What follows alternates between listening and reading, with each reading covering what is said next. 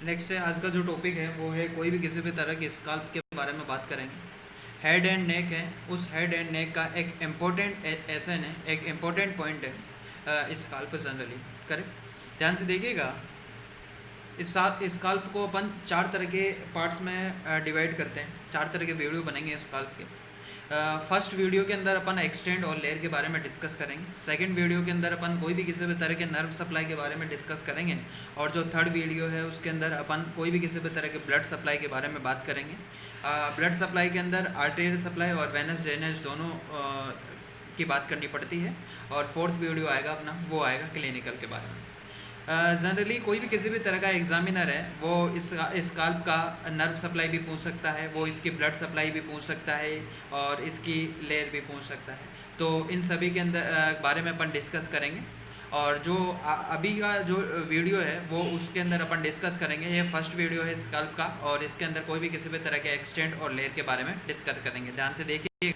Generally scalp होता क्या है कि कोई भी किसी भी तरह का जो एक सॉफ्ट टिश्यू है जो कवरिंग करता है कि स्कल वॉलेट्स का। करेक्ट, जनरली है क्या कि ये हमारा इसका ब्रेन है, तो ब्रेन को कवर करता है।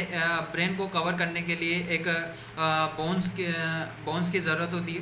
तो जो हमारा जो ब्रेन है वो ब्रेन एक बोन से कवर होता है। उस बोन को अपन बोलते हैं, कोई भी किसी भी तरह का स्कल वॉलेट्स भी बोल सकते हैं उसको ब्रेन बॉक्स भी बोल सकते हैं, उसको ब्रेन केप भी बोल सकते हैं। करेक्ट, तो ये स्काल्प हमारे ब्रेन को जनरली कवर करता है, स्काल्प वॉल्ट। करेक्ट, उसके बाद में एक्सटेंड की अगर जभी भी बात करें तो आगे की तरफ तो ये जो स्काल्प है ये एक्सटेंड करता है सुपर सीरियरी आर्च तक, मतलब अप टू आईब्रो तक। और पोस्टेरियर ये कहाँ तक एक्सटेंड करता है, ये सुपीरियरी नोचल लाइन तक ये करता है।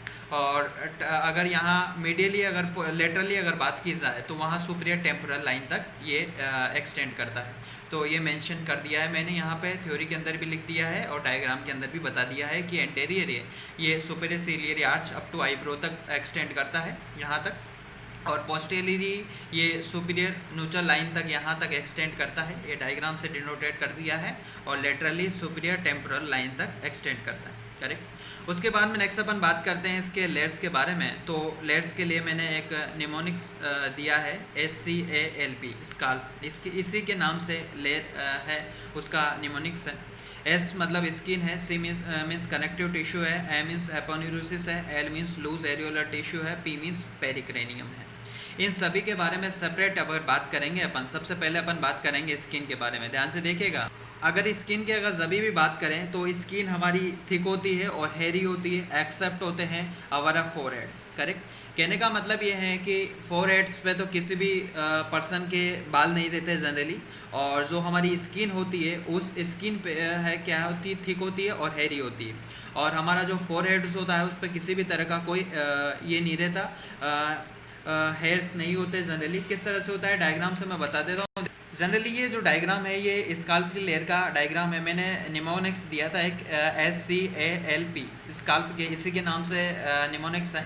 S मीन्स ये वाला जो ऑरेंज कलर का स्ट्रक्चर है ये स्किन है।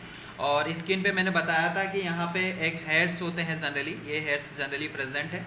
और ये क्या होता है कि एक थिक होता है, मोटा होता है। करेक्ट, और सेकंड अपन बात करेंगे कनेक्टिव टिश्यू के बारे में। जो ये कनेक्टिव टिश्यू के अंदर आर्टरीज, इस वेंस और कोई भी किसी भी तरह की आर्टरी हो गई, वेन हो गई, ये सभी पढ़ेंगे इसके अंदर। और फिर उसके बाद में ये एपोन्यूरोसिस से ग्रीन कलर से स्ट्रक्चर से मैंने शो कर रखा है। और ये जो लेयर है स्काल्प की ये येलो कलर स्ट्रक्चर से लूज एरियोलर टिश्यू है। और ये वाला स्ट्रक्चर है मेरा पेरिक्रेनियम है।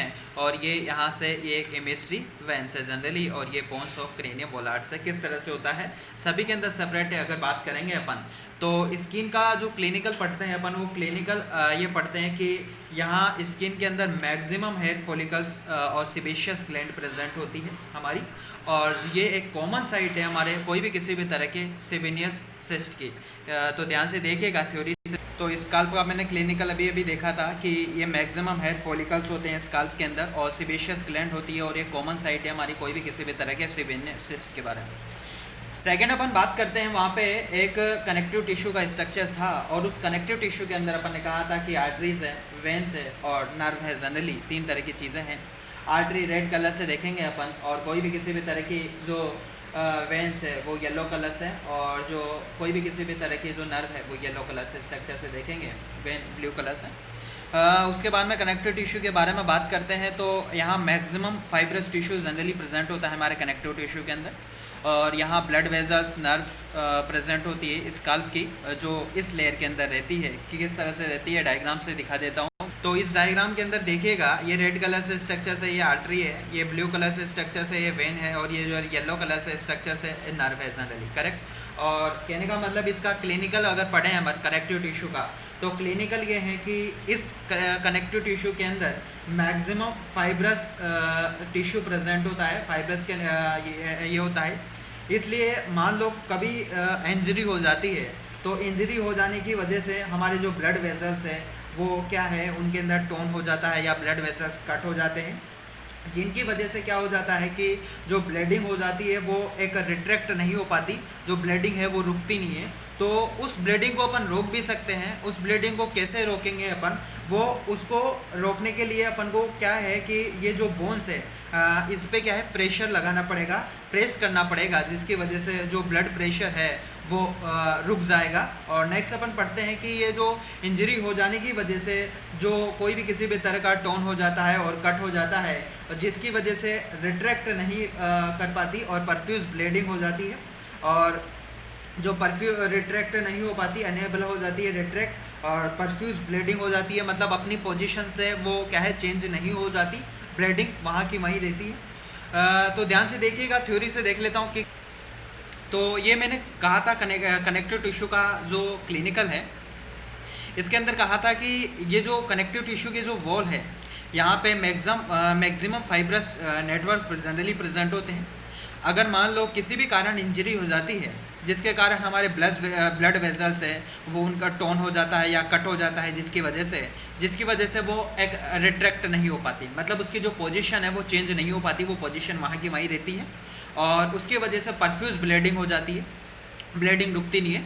तो उस ब्लीडिंग को अपन रोक भी सकते हैं। किस तरह से रोकेंगे कि उस पर जो प्रेशर अगर अप्लाई कर दे अपन, तो जिसकी वजह से भी वो ब्लीडिंग रुक सकती है। अब उसके बाद में नेक्स्ट अपन बात करेंगे नेक्स्ट लेयर के बारे में, एपोन्यूरिसिस के बारे में। ध्यान से देखिएगा कि तो जनरली एपोन्यूरिसिस की अगर बात की जाए तो एपोन्यूरिसिस है ये फॉर्म होता है हमारे ऑसिपिटलोफ्रंटलिस मसल से और उसके एपोन्यूरिसिस से, करेक्ट। और उसका जो एपोन्यूरिसिस है उसका क्या नाम है, उसका भी एक स्पेशल नाम है, पर्टिकुलर नाम है, वो है एक एपिक्रेनियम एपोन्यूरिसिस या कोई भी किसी भी तरह का गेलिया एपोन्यूरिटिका, करेक्ट। तो कहने का मतलब ये है कि एपोन्यूरिसिस है ये एपोन्यूरिसिस की अगर बात की जाए ग्रेटर पार्ट से इस लेयर का वो फॉर्म करता है एपोन्यूरिसिस। मतलब अपन बोल सकते हैं कि जो एपोन्यूरिसिस के अंदर जो इसका जो मैक्सिमम जो लेयर है एपोन्यूरिसिस, इसका जो मैक्सिमम जो ग्रेटर पार्ट्स है वो तो एपोन्यूरिसिस प्रोसेस से फॉर्म होता है, और उसका एक स्पेशल एक पर्टिकुलर नाम है वो है एपिक्रेनियम एपोन्यूरिसिस या कोई भी किसी भी तरह का गेलिया एपोन्यूरिटिका, करेक्ट। और जो बहुत कम और बहुत माइनर जो पार्ट्स फॉर्म करता है वो उसकी मसल्स फॉर्म करती है, उसका नाम है ऑसिपिटलोफ्रंटलिस। इसके नाम किस लिए पड़ा ऑसिपिटलोफ्रंटलिस मैं बता दूंगा, अभी डायग्राम से बताऊंगा कि ऑसिपिटलोफ्रंटलिस जो मसल्स जो का जो नाम है वो किस तरह से पड़ता है। तो ध्यान से देखिएगा डायग्राम, तो ध्यान से देखिएगा इस डायग्राम को। मैंने कहा था कि ऑसिपिटलोफ्रंटलिस नाम क्यों है, क्योंकि इसके आगे की तरफ दो तो चार तरह की बेलीज होती है इसके, तो दो तो आगे की तरफ जो बेलीज होती है फ्रंट के अंदर उसको फ्रंटल बेलीज बोला जाता है, दो तो फ्रंटल बेलीज होती है, और दो पीछे की तरफ जो बेलीज होती है पोस्टीरियर साइड उसको ऑसिपिटल बेलीज बोला जाता है। इसलिए नाम से पता चल रहा है कि फ्रंट ऑसिपिटल मतलब ऑसिपिटल तो ये पीछे वाली बेलीज है, फ्रंटल आगे वाली बेलीज है, तो इसके नाम से इसका नाम पड़ गया ऑसिपिटलोफ्रंटलिस बेलीज मसल्स, करेक्ट। और ये जो एपोन्यूरिसिस जो मैक्सिमम पार्ट्स है, अपन ने कहा था कि जो ग्रेटर पार्ट्स है एपोन्यूरिसिस जो लेयर का वो तो इसका एपोन्यूरिसिस प्रोसेस फॉर्म करता है, जिसका एक पर्टिकुलर नाम है एपिक्रेनियम एपोन्यूरिसिस बोलूँ या कोई भी किसी भी तरह का गेलिया एपोन्यूरिटिका भी बोल सकता हूँ, करेक्ट। और जो बहुत कम जो माइनर पार्ट्स है वो ये बेलीज है, पीछे की तरफ ऑसिपिटल बेलीज और आगे की तरफ फ्रंटल बेलीज ये फॉर्म करती है। तो इसका क्लिनिकल भी पढ़ूंगा कि किस तरह से होता है, तो ध्यान से देखिएगा। तो इस थ्योरी से देख ले, तो थ्योरी के अंदर अपन देखते हैं कि ऑसिपिटलोफ्रंटलिस मसल्स के बारे में बात करेंगे। अपन ने डायग्राम से बता चुका हूँ मैं कि ऑसिपिटलोफ्रंटलिस नाम क्यों पड़ा, क्योंकि पीछे की तरफ तो ऑसिपिटल बेलीज थी दो और आगे की तरफ दो फ्रंटल बेलीज थी, इसलिए इसका नाम ऑसिपिटलोफ्रंटलिस मसल पड़ता है। बीच में एपोनेटिक था जो मैक्सिमम पार्ट्स फॉर्म करता है। तो 4 तरह की बेलीज है, 2 फ्रंटल बेलीज, 2 ऑसिपिटल बेलीज। क्लिनिकल के बारे में बात करता हूँ, पहले मैं थ्योरी देख लेता हूँ, फिर मैं डायग्राम से बताऊंगा कि किस तरह से प्रोसेस होता है। ध्यान से देखिएगा, अच्छी तरह से समझाऊंगा कि क्लिनिकल क्या है। तो एपोन्यूरोसिस है ये under tension in anteroposterior direction of a tone of occipital frontalis muscles, so wounds of scalp does not give unless of aponeurotic is a cut of the transversely. ध्यान से देखिएगा कि किस तरह से होता है, मैं बता देता हूँ। तो अभी अभी मैंने कहा था कि जो कोई भी किसी भी तरह का इसका क्लिनिकल के बारे में बात करता हूँ ऑसिपिटल फ्रंटलीज का, तो आगे की तरफ तो ये 2 फ्रंटल बेलीज से मतलब इसको जो अगर कोई भी हमारे जो स्काल्प है, अगर स्काल्प का अगर मैं कट करता हूँ, तो जब इसको स्काल्प को जब कट करता हूँ तो इसकी जो एपोन्यूरोसिस जो लेयर है अगर उसको मैं कट करता हूँ तो आगे की तरफ तो ये 2 फ्रंटल बेलीज इसको आगे की तरफ खींचती है और पीछे की तरफ इसको 2 ऑसिपिटल बेलीज इसको पीछे की तरफ खींचती है। क्लिनिकल क्या बोलता है? क्लिनिकल बोलता है कि अगर मान लो मैंने कोई भी किसी भी तरह का अगर ट्रांसवर्सल अगर कट किया, यहाँ से मैंने कट कर देता हूँ ट्रांसवर्सल, और दूसरा कट करूँगा मैं हॉरिजॉन्टली कट करूँगा, तो ये बोलना चाह रहा है कि अगर मैंने ट्रांसवर्सल कट किया तो वो हमें दिखेगा नहीं, हमें शो नहीं हो पाएगा, क्योंकि आगे की तरफ 2 फ्रंटल बेलीज उसको ये करती है, कनेक्ट करती है और आगे की तरफ खींचती है, और पीछे की तरफ 2 ऑसिपिटल बेलीज उसको खींचती है। बट अगर मैं हॉरिजॉन्टली अगर कट कर देता हूँ तो वो हमारा जो कट है वो हमें सीन दिखाई देगा कि किस तरह से होता है। ध्यान से देखिएगा, देखो ये मैंने ट्रांसवर्सली कट किया, ट्रांसवर्सली कट करने के बाद मैंने कभी कहा था कि आगे की तरफ तो 2 फ्रंटल बेलीज से ये होता है और पीछे की तरफ 2 ऑसिपिटल बेलीज से कर, तो ये जो ट्रांसवर्सल कट मेरे को शो नहीं हो पा रहा, दिख रहा नहीं है एक तरह से। बट अगर मैं हॉरिजॉन्टली अगर इसको कट कर देता हूँ तो हॉरिजॉन्टली अगर कट करने के बाद में ये जो गैप है, ये गैप मेरे को दिखाई दे रहा है जनरली, करेक्ट। तो ये यही बोलना चाह रहा है कि अगर मैं ट्रांसवर्सली कट कर देता हूँ तो ये गैप हमें सीन नहीं दिखाई देता, बट अगर हॉरिजॉन्टली कट कर देता हूँ तो जिसकी वजह से ये शेन हमें दिखाई देता है। ऐसा क्यों होता है? ऐसा इसलिए होता है क्योंकि अगर मैं हॉरिजॉन्टली कट कर देता हूँ तो ये जो फ्रंटल बेलीज और जो ऑसिपिटल बेलीज, फ्रंटल बेलीज आगे की तरफ खींचती है और ऑसिपिटल बेलीज पीछे की तरफ खींचती है, तो इनका जो दबाव बनता है जिसकी वजह से ये गैप तो दिख जाता है। बट अगर मैं ट्रांसवर्सली कट कर देता हूँ जिसकी वजह से ये गैप हमें दिखाई नहीं देता। मैंने तो थ्योरी के अंदर भी मैंने यही देखा था कि एपोनेटिक है, अगर किसी भी तरह से जो एंटेरियर पोस्टीरियर अगर आगे और पीछे की तरफ अगर डायरेक्शन में tone of occipital frontalis muscles है, अगर वो टेंशन लगाती है, प्रेशर लगाते हैं, है ना, तो प्रेशर लगाने की वजह से वो हमें कट हमें दिखाई नहीं देता। बट अगर हॉरिजॉन्टली अगर ट्रांसवर्सली तो वो अनलेस एपोनेटिक मतलब वो सीन दिखाई नहीं देता, गैप दिखाई नहीं देता, बट हॉरिजॉन्टली अगर कट कर देते हैं तो वो हमें दिखाई देता है। उसके बाद में नेक्स्ट अपन बात करते हैं 4th लेयर के बारे में, that can be loose areolar tissue के बारे में। तो जनरली अपन बात करेंगे इसके अंदर कि ये जो लेयर है ये ट्रांसवर्सल करती है कोई भी किसी भी तरह की इमेजरी वेन से। किस तरह से होता है डायग्राम से बताऊंगा, और ये कनेक्ट होता है कोई भी किसी भी तरह की जो इसके अंदर सेकंड लेयर है स्काल्प की, वो हमारे इंट्राक्रेनियम जो ड्यूरल वेनस साइनस है उससे कनेक्ट होती है। क्लिनिकल भी आगे जाके पढ़ेंगे अपन कि किस तरह से होता है, पहले इसके लूज एरियोलर टिश्यू के बारे में बात करते हैं डायग्राम से, ध्यान से देखिएगा। तो अभी अपन ने कहा था कि जो लूज एरियोलर टिश्यू है ये ग्रीन कलर का स्ट्रक्चर ये हमने दिखा रखा है। तो ये एक ट्रांसवर्सल लेयर है जो कोई भी किसी भी तरह के हमारे इसके बीच में से एक इमेजरी वेन ट्रांसफर्स करती है जनरली। और जो ये जो इमेजरी वेन है ये क्या है, हमारी जो सेकंड लेयर है हमारी स्काल्प, सेकंड लेयर कौन सी है? Connective tissue. ये कनेक्टिव टिश्यू है और ये कनेक्टिव टिश्यू है, और ये वाला मेरा क्या है, कोई भी किसी भी तरह का इंट्राक्रेनियम ड्यूरल वेनस साइनस है, इससे ये क्या है कनेक्ट होती है, करेक्ट। भाई लूज एरियोलर टिश्यू ने क्या किया कि जो सेकंड लेयर है स्काल्प के कनेक्टिव टिश्यू यहाँ से ट्रांसवर्सल होती है और ये कहाँ तक जाती है, हमारे इंट्रा क्रेनियम जो ड्यूरल वेनस साइनस है यहाँ तक आती है। और ये हमारी बोन है क्रेनियम वोलर्ट्स की। जनरली अपन ने कहा था कि कोई भी किसी भी तरह की जो केप है और ब्रेन बॉक्स है वो हमारे ब्रेन को कवर करके रखता है। तो ये लूज एरियोलर टिश्यू है। जनरली इसका क्लिनिकल अगर बात करें तो क्लिनिकल के अंदर क्या करते हैं, इसका जो सर्व करता है ये एक natural plane of a cleavage during cranio anatomy. Cranio anatomy एक क्या है जनरली, क्रेनियो एनाटोमी के अंदर अपन क्या करते हैं कि हमारे स्कल्प को काटते, हमारे ब्रेन है उस ब्रेन को स्कल्प को क्योंकि ब्रेन के बाहर की तरफ जो कवरिंग है वो किसकी कवरिंग होती है जनरली, कोई भी किसी भी तरह की स्कार्फ वॉलेट्स की, ब्रेन बॉक्स की, या कोई भी किसी भी तरह की स्काल्प केप की। तो अगर उस स्काल्प वॉलेट्स को अपन काटते हैं तो स्काल्प को जब काटने के बाद हमें ब्रेन सीन दिखाई देता है, ब्रेन दिखता है। तो क्रेनियो एनाटोमी के अंदर अपन कोई भी स्काल्प को काटने के बाद जो ब्रेन को अपन सीन करते हैं तो वो इसकी क्रेनियो एनाटोमी है। तो वो एक सर्व करता है एक नेचुरल प्लेन और क्लेविस। तो थ्योरी से देख लेता हूँ कि किस तरह से होता है, ध्यान। तो ये सर्व करता है एक natural plane of cleavage during cranio anatomy. तो क्रेनियो एनाटोमी के अंदर अपन अभी पढ़ा था कि इसके अंदर हमारे स्कल्प को काटा जाता है और ब्रेन को सीन दिखाई देता है। उसके बाद में नेक्स्ट अपन फाइनल लेयर के बारे में बात करते हैं, प्रेक्रेनियम के बारे में। तो पेरिक्रेनियम के बारे में जभी भी अपन बात करेंगे तो अपन ने अभी कहा था कि जो वॉलेट्स ऑफ स्कल है, वॉलेट्स ऑफ स्कल क्या था कि हमारे जो ब्रेन है उस ब्रेन का के बाहर की तरफ जो कवरिंग थी वो एक वॉलेट्स ऑफ स्कल, वॉलेट्स की कवरिंग थी, या उसको ब्रेन बॉक्स भी बोला था, या उसको कोई भी किसी भी तरह का एक ब्रेन केप, कोई भी स्काल्प केप भी बोला था। तो किस तरह से होता है मैं डायग्राम से बता देता हूँ ध्यान से। तो इस डायग्राम के अंदर अपन ने देखा था कि ये ब्रेन है, ब्रेन के बाहर की तरफ हमने कहा था कि ये एक सॉफ्ट टिश्यू की कवरिंग होती है जिसको एक स्कल वॉलेट्स बोला जाता है, या कोई भी किसी भी तरह का ब्रेन बॉक्स भी बोल सकते हैं, या कोई भी किसी भी तरह का स्कल केप भी बोल सकते हैं। तो इसका बारे में बात करते हैं, ध्यान से देखिए।